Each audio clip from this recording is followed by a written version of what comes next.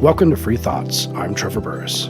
Joining me today is Rachel S. Ferguson, an economic philosopher at Concordia University, Chicago, and director of the Free Enterprise Center there, and Marcus M. Witcher, an assistant professor of history at Huntington College in Montgomery, Alabama. Together, they are the authors of the new book, Black Liberation Through the Marketplace: Hope, Heartbreak, and the Promise of America. Welcome to Free Thoughts. Thanks for having us. Thanks for having us. Clearly, the title is provocative, and I think for many today, the most provocative words are Black liberation, especially in these times. The idea that Blacks have been or can be liberated by the market, or that they've achieved liberation at all. So, what do you mean in the general sense of Black liberation? Well, and I'm certainly playing with words a little bit there because I know that liberation has maybe left coding as a word where the term marketplace is perhaps right coding or libertarian coding or something.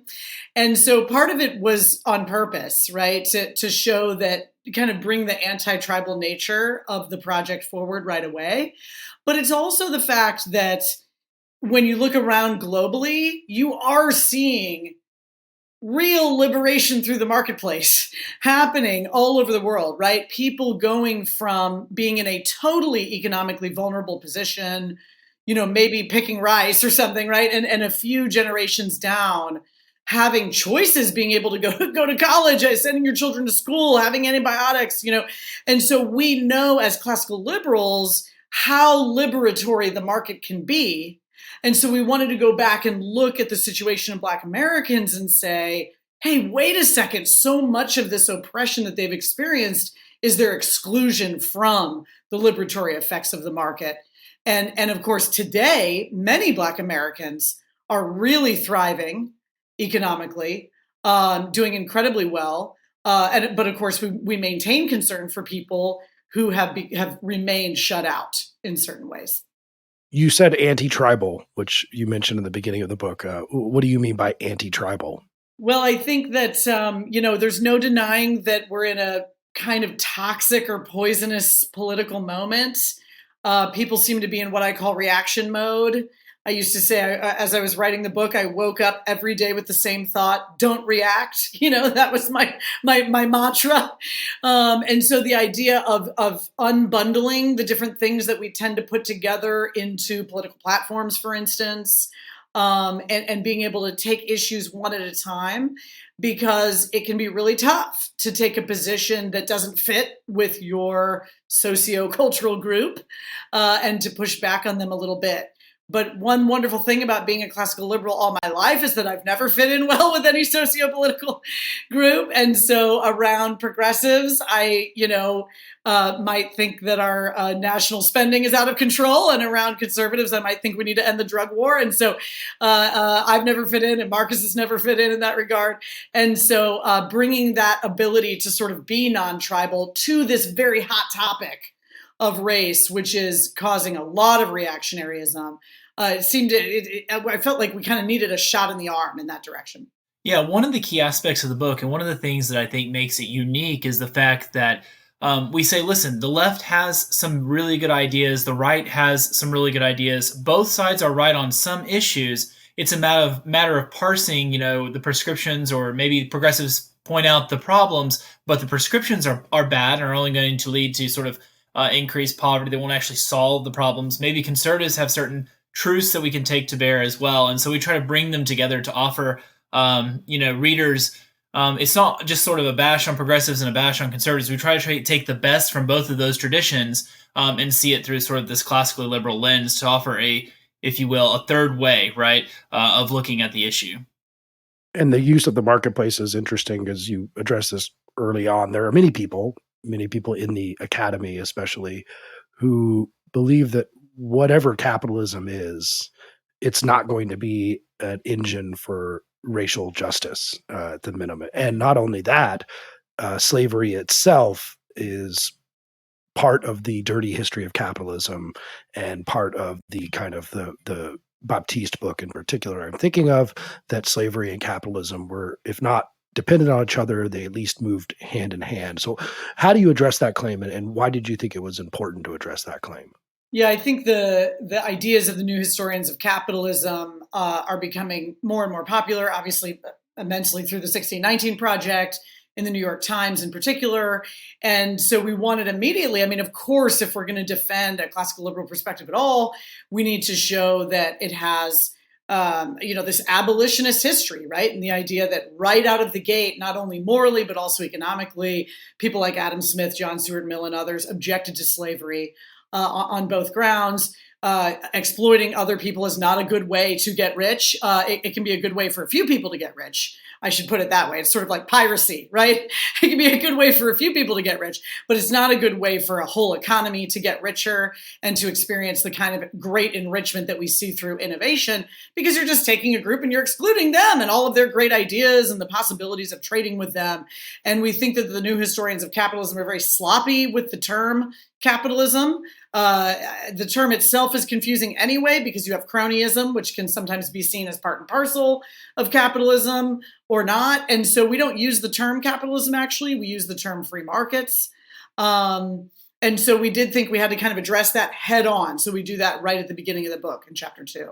Yeah, I think that one of my major criticisms as a historian is that the ideas, the liberatory ideas that are ingrained within the Declaration of Independence, are a product of liberalism, right? They're a product of Enlightenment liberalism, and market liberalism as it emerged in the 19th century was amazingly liberal, it provided liberation, right? For many, many, many people, lifted people out of poverty. And we see those ideas that were ingrained within the Declaration of Independence and within the Constitution, the Bill of Rights, etc., right, being slowly extended to other groups of people over the course of the 19th century and the 20th century. The great failing was not of market liberalism. The great failing was not extending market liberalism and the protection of just rule of law to all Americans. And so I find the new historians of capitalism and their criticism of capitalism, they're really criticizing, they conflate capitalism with markets. But markets have existed since, well, I would argue, as someone who teaches world civ, from the beginning of time. Markets are natural, chucking and bartering and whatnot. Capitalism is something unique that emerged, right, in the late 18th, early 19th century in the Netherlands and Britain. And they don't really, I don't think, delve into that nuance at all. And it's interesting. I like your analogy, Rachel, to piracy, because there seems to be a weird inability to understand that, yes, some people can get rich. I mean, I was thinking about all these other things that I would consider not capitalism, not markets, like the American Bar Association might enrich a bunch of people at the expense of bad legal, not meeting legal need, and a bunch of people who are artificially wealthy. And so you do a good job of working through, well, what were the trade-offs, and what actually, where was the slave economy by the war? I mean, I think that's an important thing, like that they were defending slavery as a positive good, and they were not growing or adjusting or innovating or doing almost anything because of the oppression of the Black Americans of the time, correct? Yeah, so this can be a little confusing because the Southern economy was pretty big, like relatively in the world, right? It was a pretty big economy. Planters could be quite wealthy. They weren't any wealthier than Northern industrialists, but they could be as wealthy as them. And so what you have to look at is more the layout of the wealth, right? And so what we see as a good marker of a free market economy is a large middle class. So you may have a few rich people, you may have a few poor people, but you want to have a really big middle class. What you see in the South is no middle class. So you have a few wealthy families and very poor whites, and then deeply poor enslaved Black people.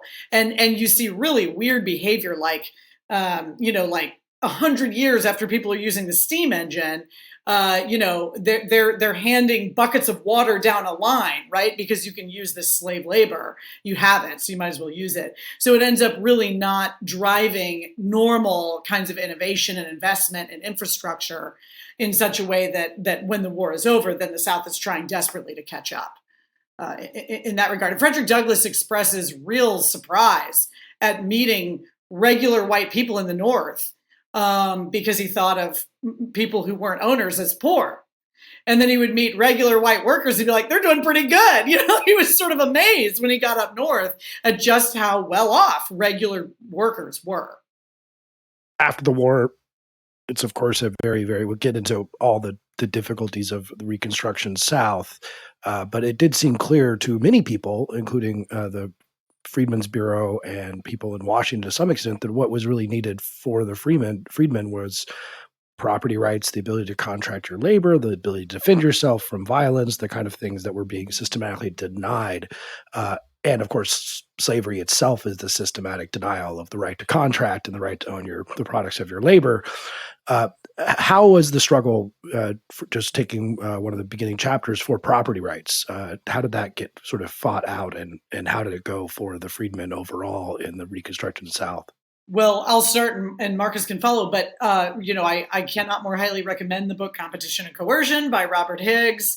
It's sort of beloved in the classical liberal community, but not well known outside of it. Really, really good work. And what he shows is that freedmen desperately wanted farms. There was a real desire for property, for land, a sense of the dignity that would come with ownership.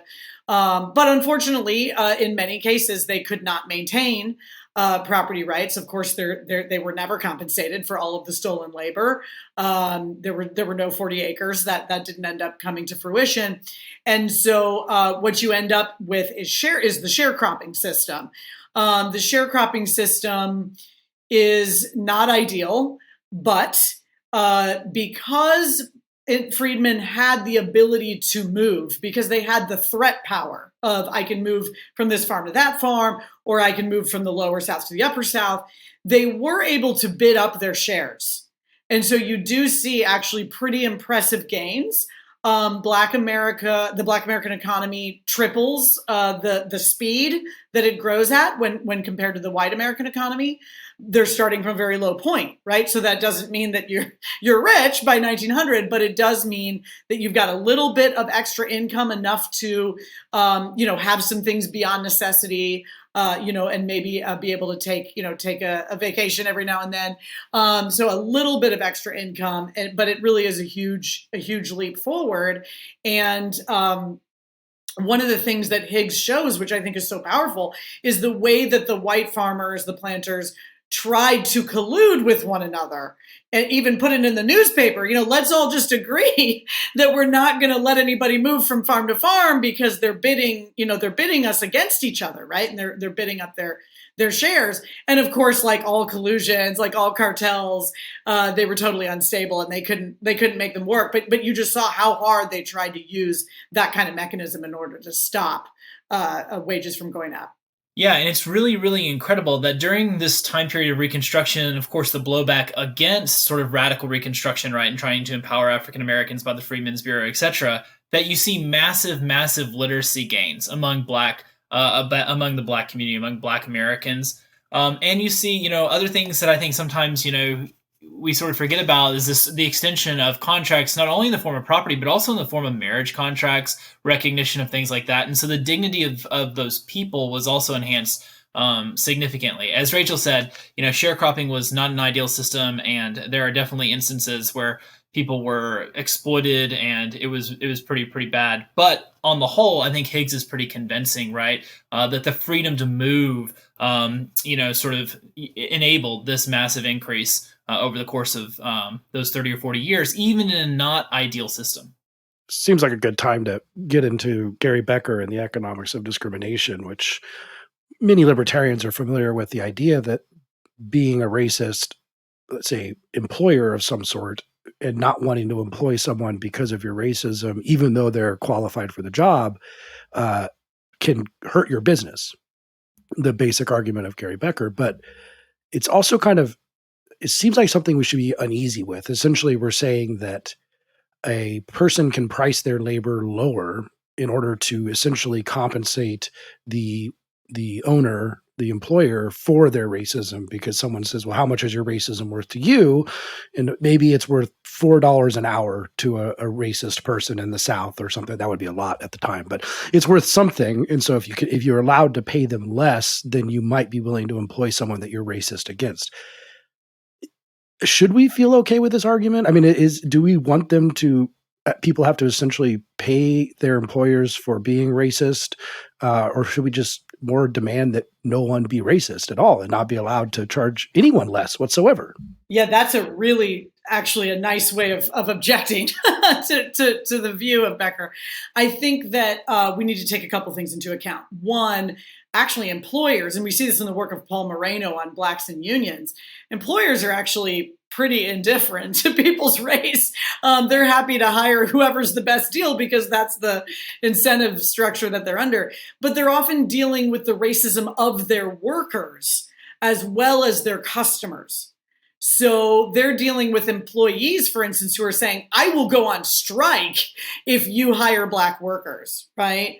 And so, just to be fair to employers there's an organic issue of real racism in, person-to-person racism in the society that we have to get over somehow. And so the argument, I think, can be defended in this way by saying, because we are in the non-ideal situation of having racism, of course, the ideal would be to not have any. But since we have it, then allowing people to get onto the bottom rung of the economic ladder causes us to have more organic economic relationships that can then, over time, deal with racism. And I think people underestimate how much of that was going on. So I was really struck when I read the book, The Color of Law by Richard Rothstein, how many neighborhoods were fairly integrated. You have like a black street and a Polish street and an Irish street, and so they may not live right next door, but workers were living near where they worked and they were fairly close together. And it actually took the imposition of the federal government with things like Federal Housing Administration redlining, the highway system, the urban renewal programs, those things to actually artificially separate people who were already organically mixing. And so there really is a question of how do you organically get out of historic racism as opposed to something inorganic, which actually made it much, much worse. And then you have to do something as drastic as the Anti-Discrimination Act because you've painted yourself into a corner at that point, right? Black people can't function economically in the South, and so then you end up taking away people's right of disassociation because they abuse it, right? They abuse it so viciously. There's an interesting observation, I think, made by my friend John Hasness, who's a professor at Georgetown Law, that the existence of a law prohibiting something at least implies that people want to do it. This is not always true, but like it implies that you can figure out what the real world is like by looking at the inverse of laws.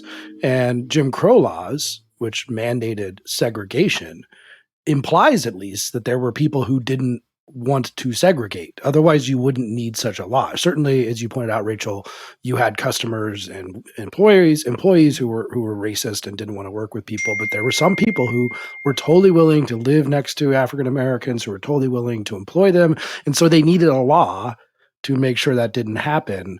And I think, as you pointed out, if there had been a freer market that did not mandate segregation, we would have seen more integration. Correct, Marcus? Yeah, one of the really fascinating things about the Tulsa, Oklahoma example is that before Tulsa became a state, before Oklahoma became a state, Tulsa was actually, and Oklahoma in general, was pretty integrated. It wasn't until the state legislature actually comes together. One of the first things they do is pass Jim Crow segregation laws, and we see the advent of Greenwood as separate from the rest of Tulsa. And so Tulsa is, it's kind of a great case study for a variety of reasons. But these people, I think one of the sources that we read said people are too busy getting rich to worry too much about the color of other people's skin. I mean, I'm sure that's an exaggeration. I'm sure there were definitely, that doesn't mean those people out there weren't racist against Black Americans, etc. But I thought that was really telling that there was sort of integration. And even at the time of the burning in 1921, you have white people living on the black side of town, and you have white neighbors trying to protect their black neighbors and getting beat up by the mob as it comes in. And so we do see elements of that. We also see businesses throughout the Reconstruction period fighting against state legislation that would basically force them, to only serve white customers, or only serve white customers, only serve black customers, etc. And there's been some really good work on streetcars and other sort of industries that tried to resist the state governments imposing upon them segregation. Rachel, you mentioned the bottom rung, which I think is an important concept throughout your book in many ways, where in a society where due to slavery, due to enslavement of Black Americans, there were they suffered from many, many educational deficiencies, other types of deficiencies imposed upon them. And so the bottom rung is very important for people who are skill wise on the bottom, at least right now, right, to get that like leg up. One of those bottom rungs, as you write about in the book, is minimum wage, or one of the things that can be used to take away the bottom rung is the minimum wage. So how is the minimum wage conceptualized by at least some of the proponents of the time who were saying we need a minimum wage? Yeah, I mean, this is really shocking stuff because it's tied to the eugenics movement. And the eugenics movement is not necessarily understood by both Americans as being a big part of our history, but it's actually a huge part of our history. It's something that's been, I almost feel like it's been covered up in some sense in academia. And that may be because it was so tied to the progressives, right, in the progressive era. But it is really ugly. It's really shocking to read some of the things that people said. And a lot of it were in mainstream economics textbooks. And so you had presidents, cabinets, presidents of universities, John Maynard Keynes. You had all sorts of famous academics that were involved in eugenics. And in mainstream economics textbooks, they were saying things like, well, we can't chloroform undesirables right now. So let's exclude them from employment, right? And then they can kind of fade away or they can be institutionalized. I mean, there's all these just bizarre things being said, and it's exclusion of Blacks, immigrants, the disabled, and women. And so you see the minimum wage as being a way of excluding from employment, specifically for the goal of supporting white male heads of households, because that's the kind of family, the kind of genes, right, that we want to encourage. And so we want to discourage everybody else. And so a lot of things are tied together here. You see that with the minimum wage. You see it in the union movement. You see it in immigration laws that arise against the Chinese and other groups where before we had very open borders. It's all tied together with this eugenics movement. And so the actual disemployment effects of the minimum wage are seen as the advantage of imposing the minimum wage, where now people try to say, oh, maybe the disemployment effects aren't bad or something. It's like, that was literally the point of the first minimum wage laws. It's very disturbing. Yeah, I think one of the things that most of my students, when I teach them American history too, don't really grasp is how racist America was from about 1880 to all the way up until World War II. I think it's really World War II, sort of double V, victory at home and victory abroad, victory over racism and Nazism abroad, and victory over segregation, discrimination, racism at home, that breaks us out of that. But I mean, when Booker T. Washington takes over the mantle of leader of the race, he's trying to fight against, right, this scientific racism, this eugenics, the belief by whites across the country that blacks are not only racially inferior, but also that blacks will eventually just die out because they're the inferior quote unquote species. It's really, really dark stuff. And it's hard to sort of in our modern minds to sort of capture how racist sort of 1880 to 1940 or so was in the United States, and you might say globally. And I'll just follow up to mention real fast that, Milton Friedman calls the minimum wage the most anti-Negro policy he could think of. And the reason he does that is because increasing numbers of Black unemployed teenagers in particular, compared to white teenagers being employed, means that they're not getting that low level of experience, right? That first entry level job that's moving them on up the ladder into employment. And so you get higher and higher levels of unemployment, where in the 40s and 50s, Black employment is higher than white employment because you have the same number of Black men working and you have more Black women. And so there was no distinction there, where now we have very high levels of unemployment in the Black community compared to the white. A general rule of mine when promoting classical liberal ideas is if you do assume that a bunch of people are racist, as Marcus pointed out, and we generally say that, especially that time in American and world history, they were very racist, then you probably shouldn't empower racists to be better at racism via something like the minimum wage, taking away a bottom young, or another one, as you pointed out briefly, Rachel, labor unions, which are thought of by many people as a very, very important worker empowering organization. But what happens when the labor union is run by racists, as you could presume would happen from a random assortment of white people, say 1905, right? You could presume that most of them are probably not going to be extremely progressive on race, and now you've empowered them with a labor union. So what happened with labor unions? Well, I want to emphasize here that the causality actually goes both ways, right? So, one of the ideas of the union movement was a kind of zero sum game approach to the economy. This was actually Frederick Douglass's problem with the union movement. He said it's not so much villainy as honest stupidity, because they think that, taking bread, to get bread into my mouth, I've got to take it out of your mouth. And he's like, that's just wrong, because he understood market economics, And so if you have that zero sum view, then you think, okay, if I want my wages to go up, then I've got to exclude other workers. Well, what am I going to take advantage of? Well, whatever's around, right? And so if people are racist, well, that's a great reason to exclude workers. Let's exclude them on the basis of race. And so it wasn't hard for those two things to come together, that sort of union mentality and being highly racist. And so the union movement ends up being really persistently racist. I mean, into the 60s, you hear James Baldwin complaining on TV interviews about the racism in unions. And so it really persists for a long time. And it also drives up wages in such a way that I think a lot of manufacturing ends up moving offshore or automated sooner than it otherwise would have, so that by the time Black men are finally allowed into the unions, the manufacturing jobs are already leaving. And so it's a real setback for Black men who are trying to move from manual labor into more white collar or trades, in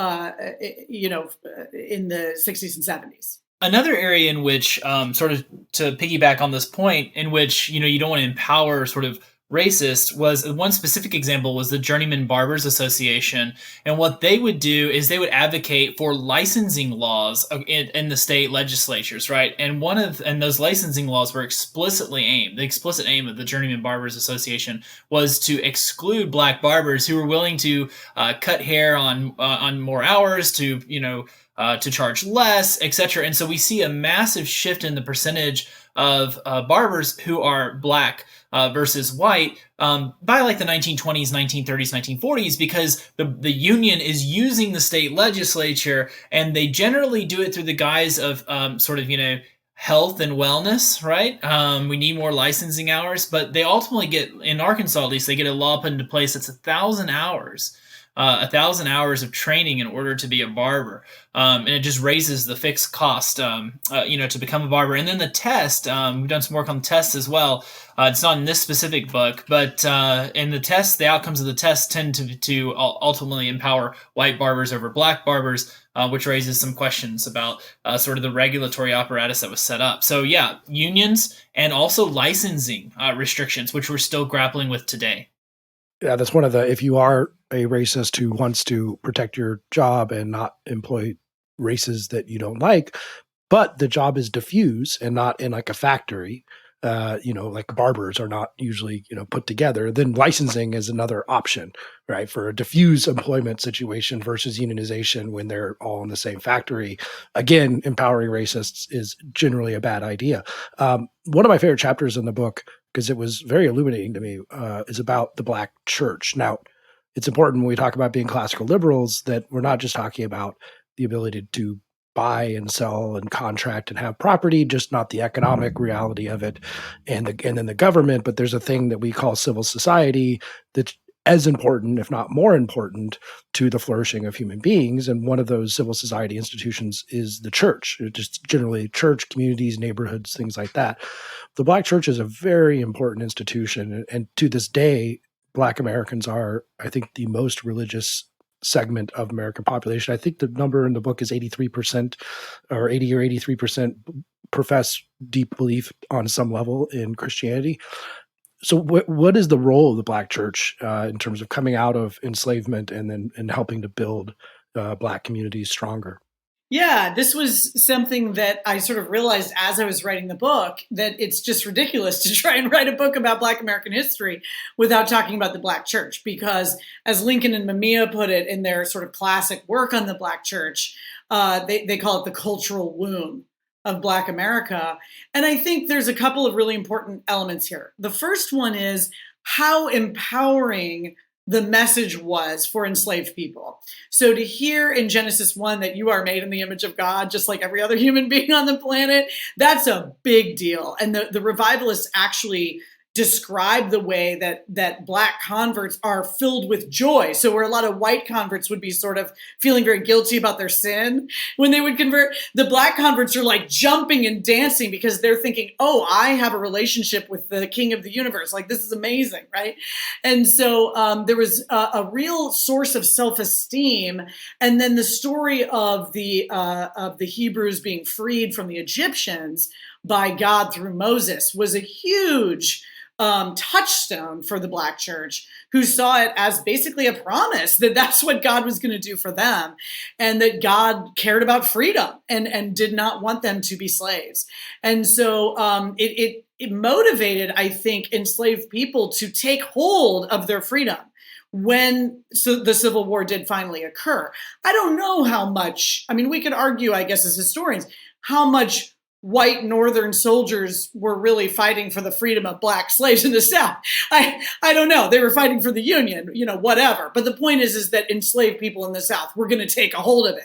They sure were. And they were going to do it because they were already praying and singing and thinking and preaching about freedom, both spiritual and physical, because of their faith. And then after emancipation, you see how the church, as the one place where Black people are really in charge and they have their own private arena and their leadership is respected, that then becomes like the networking center. It serves so many more purposes than we generally associate with church. It becomes, where you do your art shows, where you have your business networks, where you create new music, where where Frederick Douglass prints his newspaper, right? In the basement of the African Methodist Episcopal Zion Church that he's a part of. And so much community work is going on in the church, and it becomes the place where people can come together and create the fraternal societies and the literacy efforts, and so much of the amazing accomplishments of the Black community come out of that nexus. Yeah, civil society is absolutely key. And one of the things we really try to emphasize in chapter 6 about the civil rights movement, I mean, just think of how many of the key leaders came out of the Black church. Those who didn't come out of the Black church were Black businessmen, Black businesswomen, right? Who had, had created publications, etc.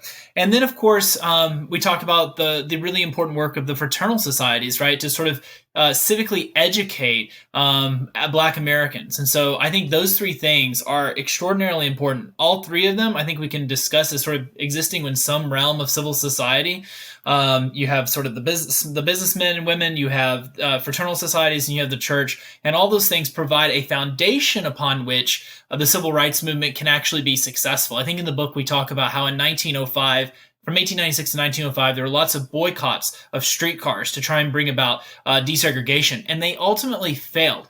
And one of the things I always ask my students is, why did they fail in 1905, but they succeeded in 1955? It's because of 50 years of extraordinarily difficult work from the grassroots up, right? Booker T. Washington's sort of philosophy of put down your bucket, so to speak, be where you are, build, be entrepreneurial, create things, educate, organize. All of those things came together then in 1955 to enable a successful boycott in Montgomery. So civil society is absolutely key, both to the civil rights movement and key to our book.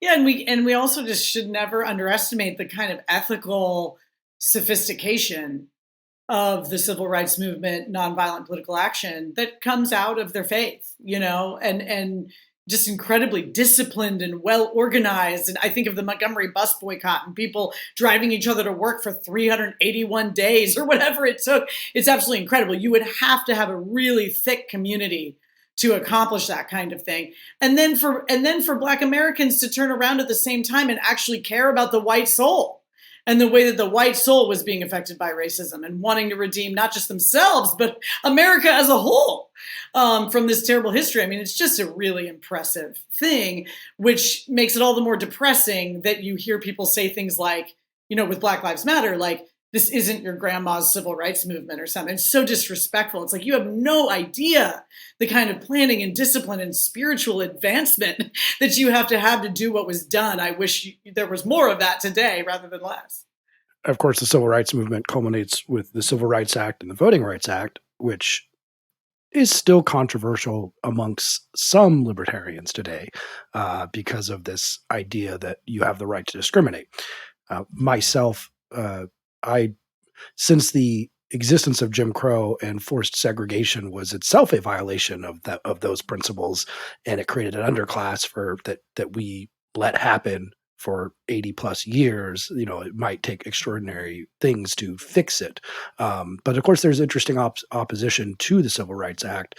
And this is where the conservatives have to deal with some of their issues in the past, especially the church movement, and like that they were opposing something where, as you point out in your book, if you unbundle this and you are not tribal in this, you should be able to recognize both the, legitimate grievances and the ability of the marketplace to help. So with the Civil Rights Act, I mean, that's not the end of the story, of course, but it's a major signpost in the story.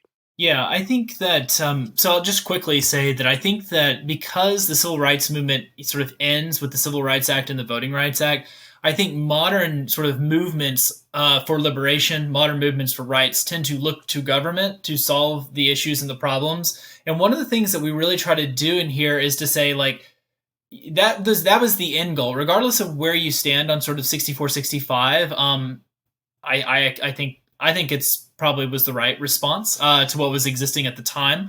I understand sort of the purist complaints about the right to discriminate, etc. But I think given the historical context, I'm not sure what the alternative really would have been at that time. Perhaps to just outlaw all Jim Crow laws, right? And enable, that would have been an interesting experiment. I think something like that is what Barry Goldwater would have liked to have ideally seen. That would have been probably more messy, but, we would have, it would have been a lot messier probably. Although it's important to note, we did have another 15 years of discrimination or, extended discrimination, but also segregation in the form of schools, etc. But I think one of the things that we really want to get across to, if you're an activist today, is that this culminated right with government intervention, but it took a lot of sort of grassroots. It took a lot of civil society. It took a lot of hard work. It took a lot of organizing. It took a lot of people who had been engaged in the marketplace to provide the money, the funds, etc., in order to lead to the liberation. And so just asking government to intervene and coming up with sort of legislative solutions probably isn't going to necessarily get you where you want to be. I'll just add, I understand sort of the purist critique. I think they're actually making one major mistake, which is that, and I was surprised to learn this when I did kind of a deep dive on the legal conversation, which is that in common law, the idea of public accommodation is actually completely normal. So our understanding of property rights can't just be this pure sort of enlightenment rationalist idea of individual property rights. Property rights are fuzzy around the edges. You have to figure all sorts of things out, nuisance law and easements and right. The idea is that you want to have what will make it easiest for people to have exchange for mutual advantage. That's what you need out of your property rights. And so historically, people did have to accommodate the public if they were doing a public shop. And so it would actually be a departure from our historical property rights to not have that. So I thought that was a really interesting thing to learn. But the other thing is just to emphasize that, the founders said this would happen. They said freedom is for a virtuous people. Vicious people can't be free. Their freedoms will just go away. They just will. They weren't even necessarily saying they should. They just will.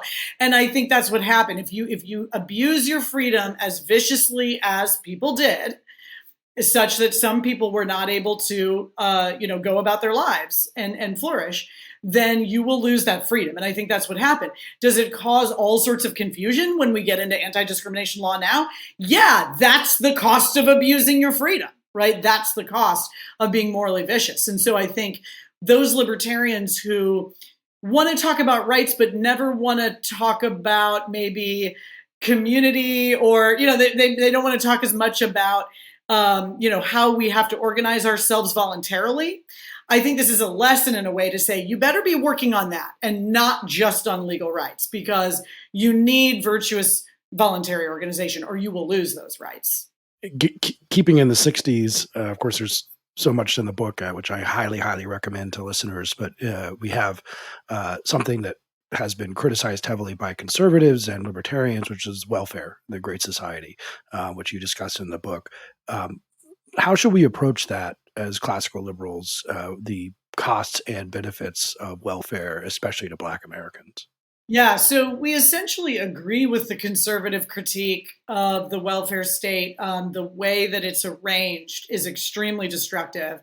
Actually, since I've written the book, I've learned more about just how bad it is. It's the incentives are not just a welfare cliff, but a kind of incentive desert, because the marginal tax rate is so high for people who are welfare dependent. And so there's just no incentive to go to work. It would be economically irrational.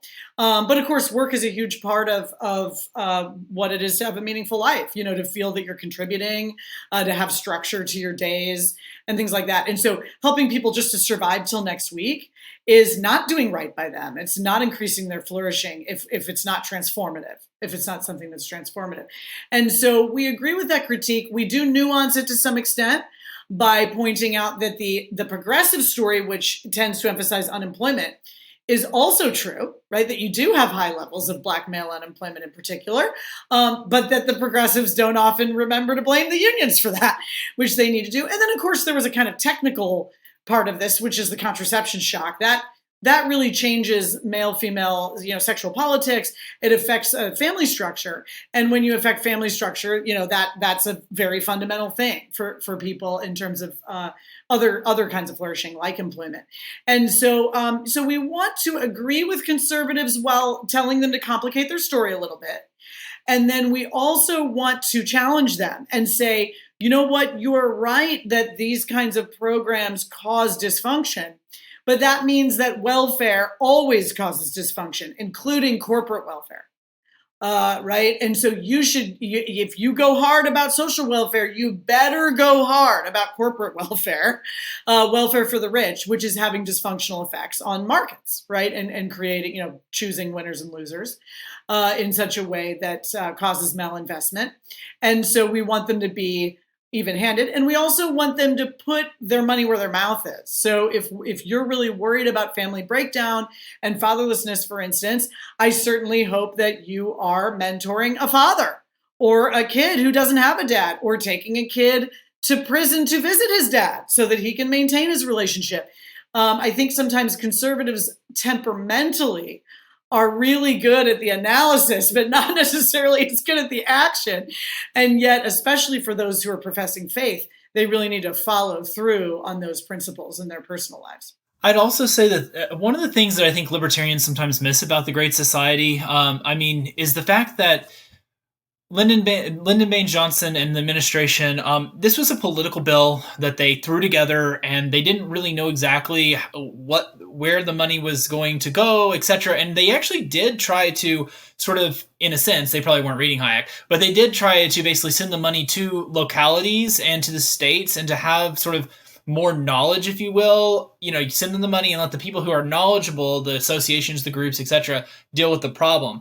The problem was with the Great Society, like with the sort of highway system, is that when you give money to local central planners, who, like we said before, are racist, or who want to run the highway through the Black neighborhood, you're going to get really, really devastating results. And so I think even I've seen some recent progressive historians sort of coming in and critiquing the Great Society on this sort of level, right, as well, and trying to critique sort of the conservative narrative about it. It wasn't completely centralized, right? The ways in which they designed it, but nonetheless had the same types of, sort of results that when you give this money to people who have sort of a vested interest to try and sort of remake their city, it's no surprise when they create ghettos, literally, for Black Americans.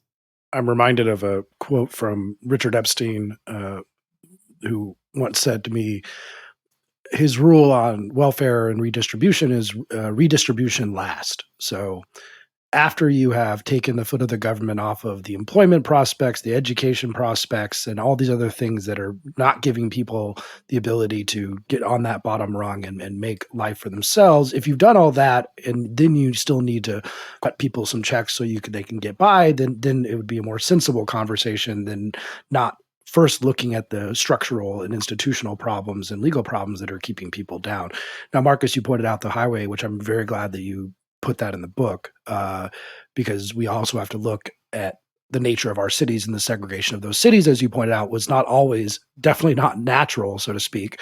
It wasn't in Tulsa before the race riots. It was not the natural condition, but there were many interested players and racists who made sure that African Americans didn't get housing loans from the federal government, redlining and all those kind of things. Then, of course, moving that forward and looking at what our cities look like and where the highways go, that itself is a story of property rights and a real kind of oppression of basic classical liberal ideas. Yeah, that's right. So we looked at a book called Folklore of the Freeway by Eric Abela, and he actually goes back and looks at, municipal meetings where the town leaders, just as Marcus was explaining, are receiving, millions upon millions of dollars in funding. This is the biggest spending outside of war that the federal government has ever done in order to build the highway system.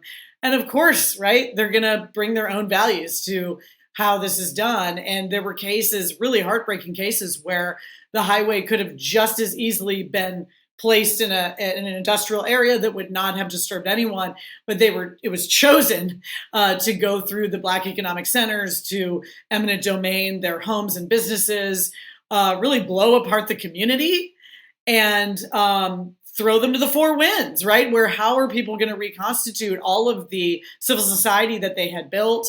So destructive, and then separate Black people from white people, or out West, white people from Latino people, in a way that, with a huge wall of concrete, right? In a way that's going to break down all kinds of possibilities for interaction. And it really was the child of the eugenics movement, the idea, this sort of progressive social engineering concept that racial groups will do better if they don't live together. We are smart and we know this, right? Because we're full of hubris. And so we're going to impose that from above. And it was an absolute disaster. And we're still paying for it to this day. Yeah, I was really, really appalled as we got into the research for these chapters on, on sort of the Great Society, the highways and whatnot, about the just clear injustices that were committed in the past, and clear injustices that conservatives seemingly don't acknowledge, even though in this case, right, they're oftentimes perpetuated by progressives who are trying to sort of socially engineer. But like the highway system, it happened in Montgomery, it happened in St. Louis, I believe, it happened in Memphis. We think about Oakland.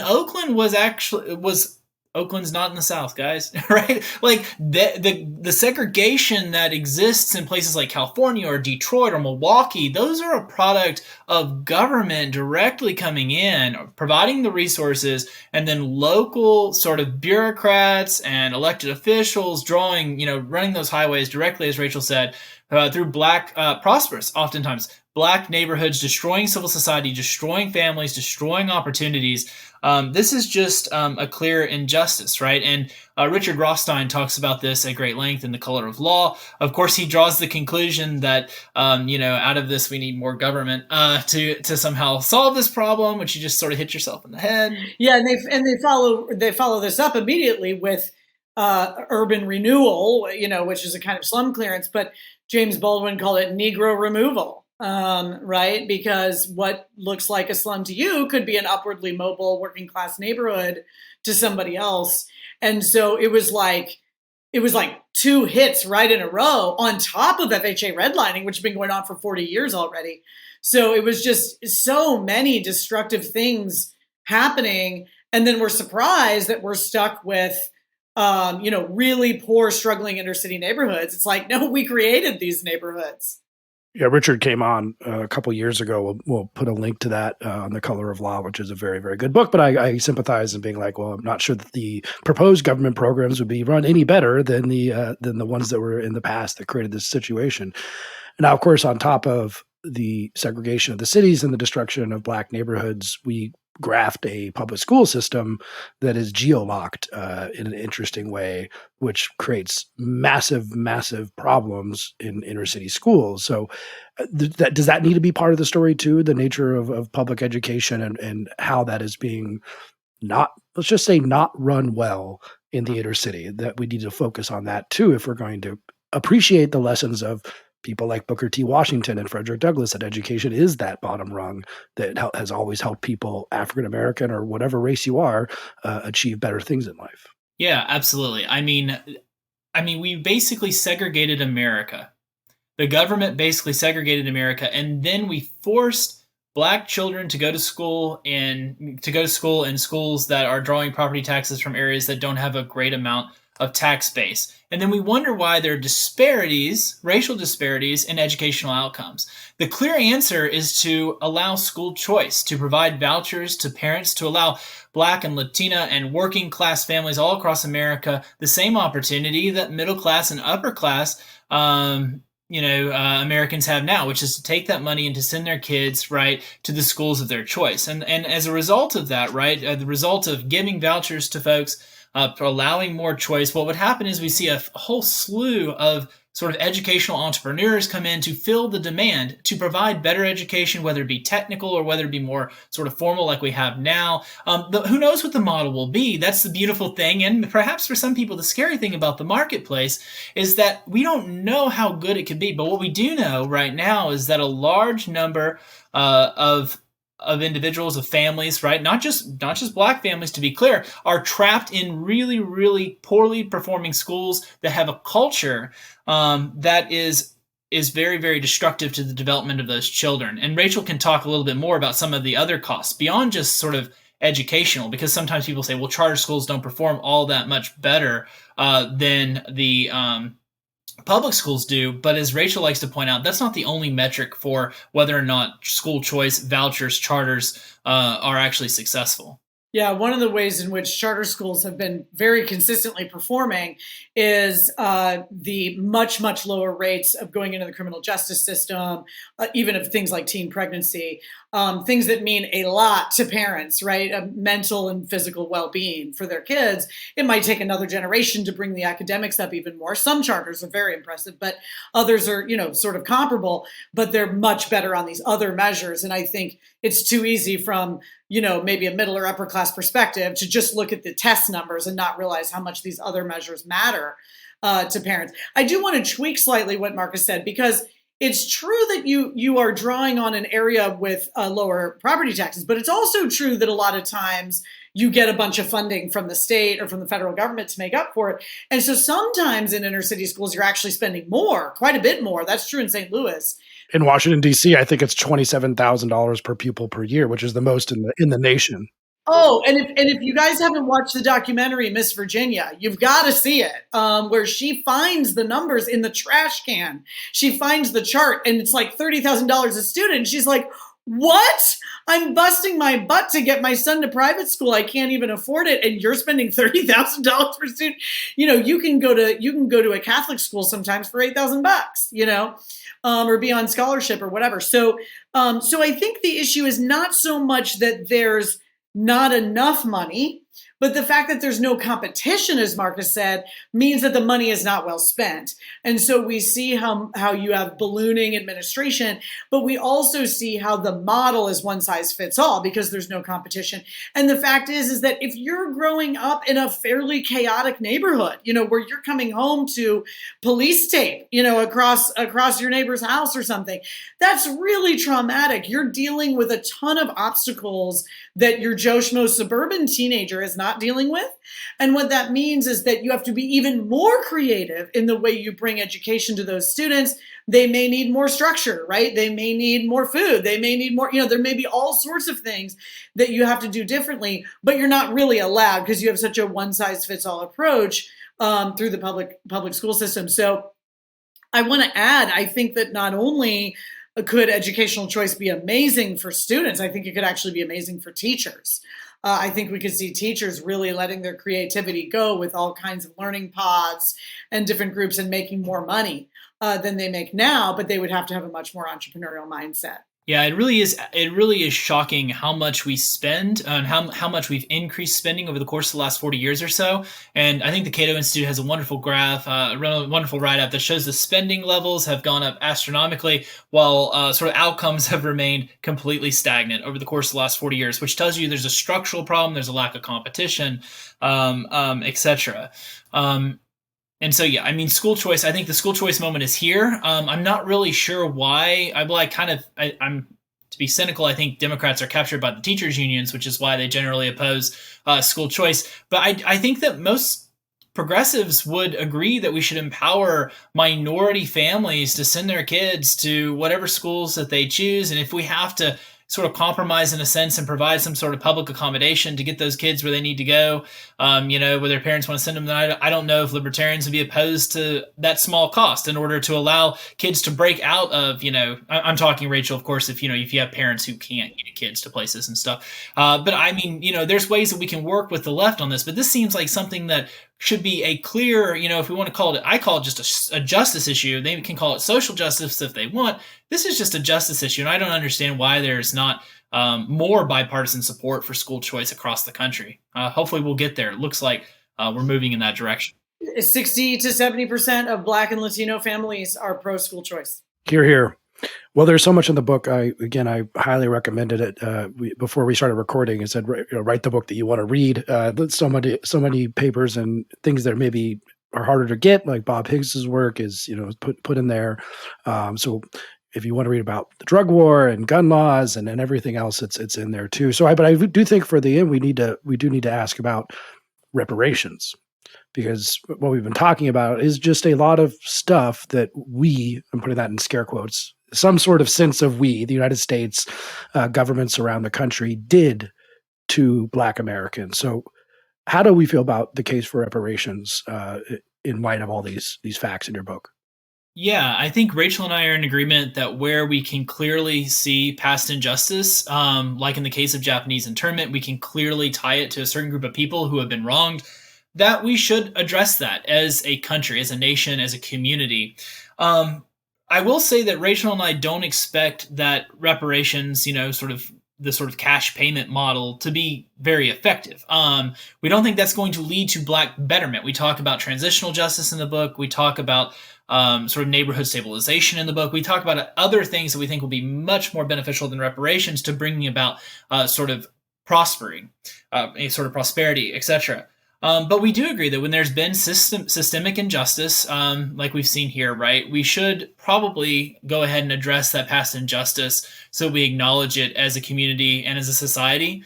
Because you can't really heal from something without recognizing that something existed in the past. And Rachel and I like to my advisor in graduate school, his name is David Beto. He's a great historian.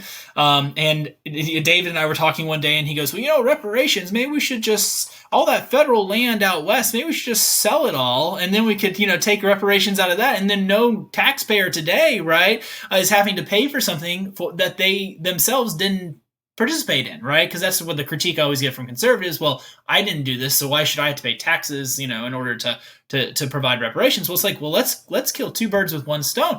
Let's take all that land out west, or a large amount of land out west, and let's put it into private hands. We'll be way more productive, and we can give the proceeds, or we can distribute the proceeds through various systems. I think Rachel has some specific ideas on those. Well, and yeah, let me just say I'm in the middle of a really good conversation with Robert E. Wright, whose work we used way back in chapter 2 on the costs of slavery, the economic costs of slavery. But he's written another book called Financial Exclusion, where he and I are talking right now. I'm actually working on an article where we might think about what would genuinely build wealth, right? Because the big complaint is still the wealth gap.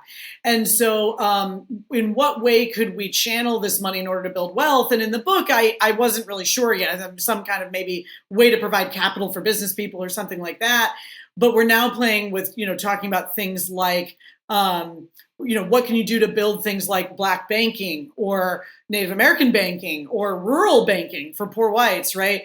How can you reduce regulatory barriers that make it impossible to give out small loans because you've got so much processing costs because of Dodd-Frank that you can't even give out a small mortgage or a small business loan. It's not worth your time.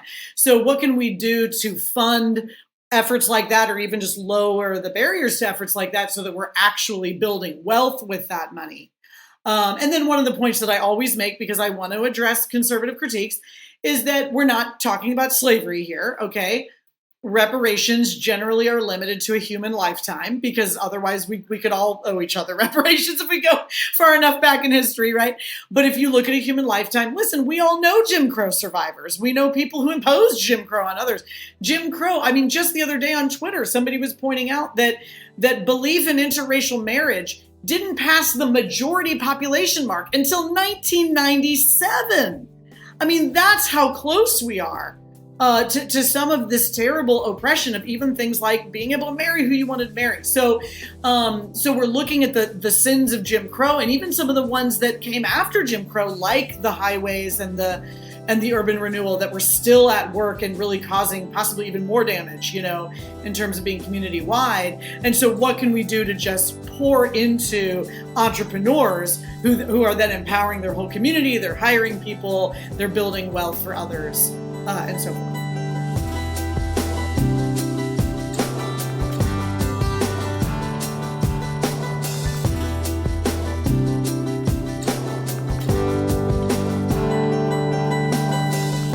Thanks for listening. If you enjoy Free Thoughts, make sure to rate and review us in Apple Podcasts or in your favorite podcast app. Free Thoughts is produced by Landry Ayers. If you'd like to learn more about libertarianism, visit us on the web at libertarianism.org.